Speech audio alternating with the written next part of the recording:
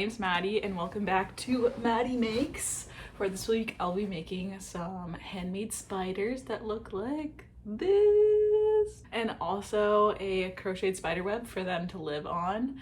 And the reason I made these was I was in isolation for a week, so waiting on COVID test results, which turned out negative. Woo.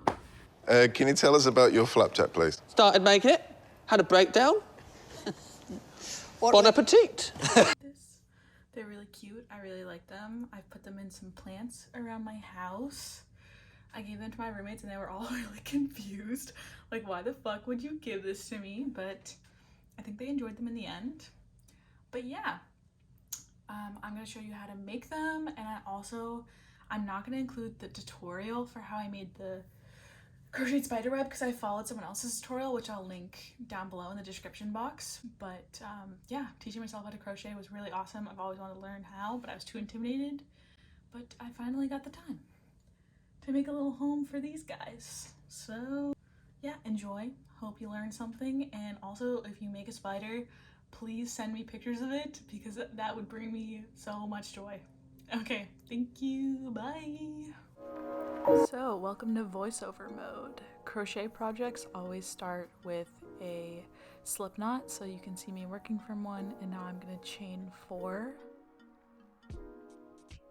And then I'm going to make a loop, so I'm going to slip stitch into the first chain, and you can see me struggling with it here.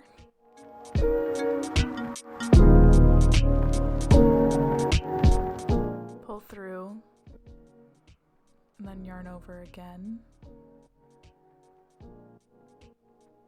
pull through, and then I'm going to go into the center of the circle I just made and yarn over and slip stitch, and I'm going to repeat this 8 times to make a circle, just like that. And then after you've completed the circle, you're gonna chain 5 more, and this is gonna be the second layer of the spider web. And then once I've chained 5, I'm going to slip stitch back into the loop, and then you can see me pulling through 2 loops at a time here. And then I'm just gonna repeat this like 8 times until I've completed the circle. And you can see it complete right here. Ta-da! And then I'm going to work on the 3rd layer. So here I'm chaining, I think 7 or 9. And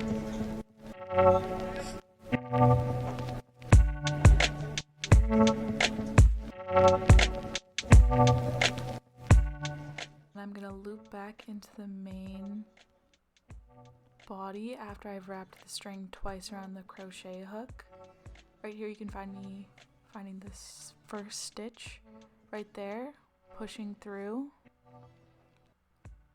and then yarn over just like that, and then pulling through 2 stitches at a time again, just like that, 2 at a time, 2 at a time, and then 2 at a time.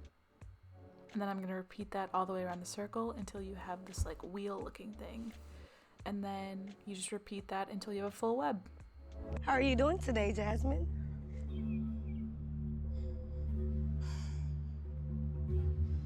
But you did this for what? Why not? Why? Why not? Thought I would include some clips of me actually crocheting.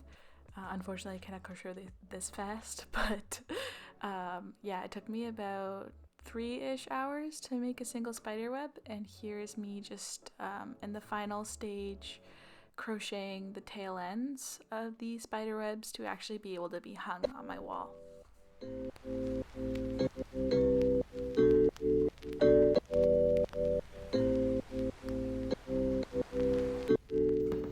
Now it's spider time. So here is me cutting the wire legs.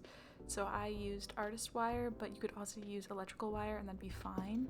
So I cut 8 of them, and then I bent them into shape using these jewelry pliers, but honestly you can use any pliers around your house. I I bent them into 3 segments and then also added some additional curviness and bendiness to make the spiders look more natural, even though they're made of wire. The body of the spiders are made out of polymer clay. I'm using Female, but you can use any brand you like. And I want to make the body really small, so I'm using a tiny chunk and just warming it up in my hands, like you see right here. And then I'm going to sculpt it into this teardrop shape. And then add some texture with this fancy letter opener my friend Brooke bought me. Thank you, Brooke. And then finally adding the last bit of texture with an X-Acto knife. Please be careful.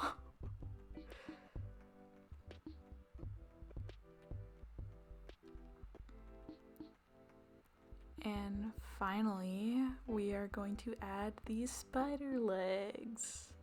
Dun dun dun. So I'm just gonna stick 4 on each side, and for the back 2 legs, I'm going to trim the wire to make them a little shorter to make the legs look like they crescendo really nicely along the spider body. And then you're gonna take the body to bake for 30 minutes.